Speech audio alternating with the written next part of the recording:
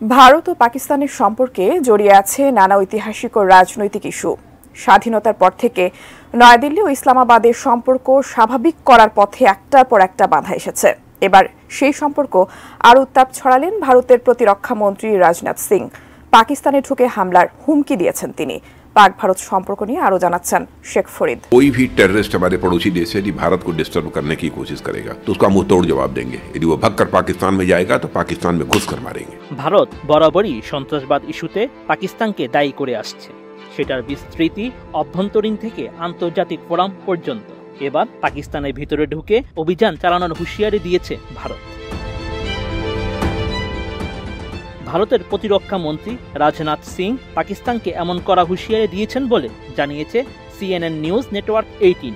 তিনি জানান, ভারতে সন্ত্রাসী কর্মকাণ্ড চালানোর চেষ্টা করে কেউ সীমান্ত পেরিয়ে পালালে তাকে পাকিস্তানে ঢুকে মেরে আসবে ভারত। সম্প্রতি সংবাদ মাধ্যমটিকে দেওয়া এক সাক্ষাৎকারে এই হুঁশিয়ারি দেন ভারতের প্রতিরক্ষা মন্ত্রী। कोई भी टेररिस्ट हमारे पड़ोसी देश से यदि भारत को डिस्टर्ब करने की कोशिश करेगा तो उसका मुंह तोड़ जवाब देंगे। यदि वो भगकर पाकिस्तान में जाएगा तो पाकिस्तान में घुसकर मारेंगे। সম্প্রতি ব্রিটিশ পত্রিকা দ্য গার্ডিয়ান জানায়, 2020 সাল থেকে ভারত সরকার পাকিস্তানে প্রায় 20 জনকে হত্যা করেছে। বিদেশের মাটিতে বাস করা সন্ত্রাসীদের নির্মূল করা বৃহত্তর পরিকল্পনার অংশ হিসেবে এমন অভিযান চালাচ্ছে তারা। গার্ডিয়ানের প্রতিবেদনের 24 ঘন্টার মাথায় এই মন্তব্য করলেন ভারতের প্রতিরক্ষা মন্ত্রী। এই প্রতিবেদনের বিষয়ে CNN নিউজ 18 জানতে চাইলে রাজনাথ সিং জানিয়েছেন, সন্ত্রাসীরা যদি পাকিস্তানে পালিয়ে যায় তাহলে পাকিস্তানে ঢুকে তাদের মারা হবে।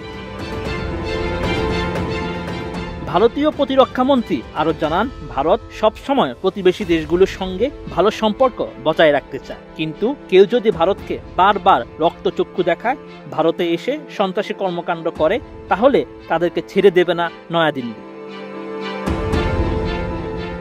2019 সালে কাশ্মীরে ভারতীয় সেনাবাহিনীর একটি গাড়ির বহরে বোমা হামলার পর থেকে দুই দেশের সম্পর্ক তলানিতে ঠেকেছে। ওই বছর পুলওয়ামা হামলার পর জনসভা থেকে রাজনাথের মতোই ঘরে ঢুকে মেরে আসার হুমকি দিয়েছেন ভারতের প্রধানমন্ত্রী নরেন্দ্র মোদী।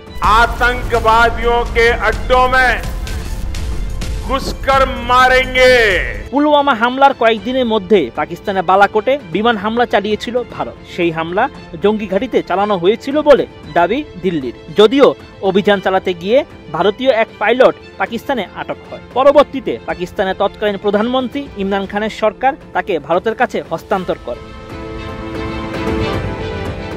চলতি বছরের শুরুতে পাকিস্তান বলেছিল তাদের কাছে বিশ্বাসযোগ্য প্রমাণ রয়েছে যে পাকিস্তানি ভূখণ্ডে ভারত 2 নাগরিককে হত্যা করেছে। তবে ভারত এই অভিযোগকে মিথ্যা ও বিদ্বেষপূর্ণ প্রচারণা আখ্যা দিয়েছে।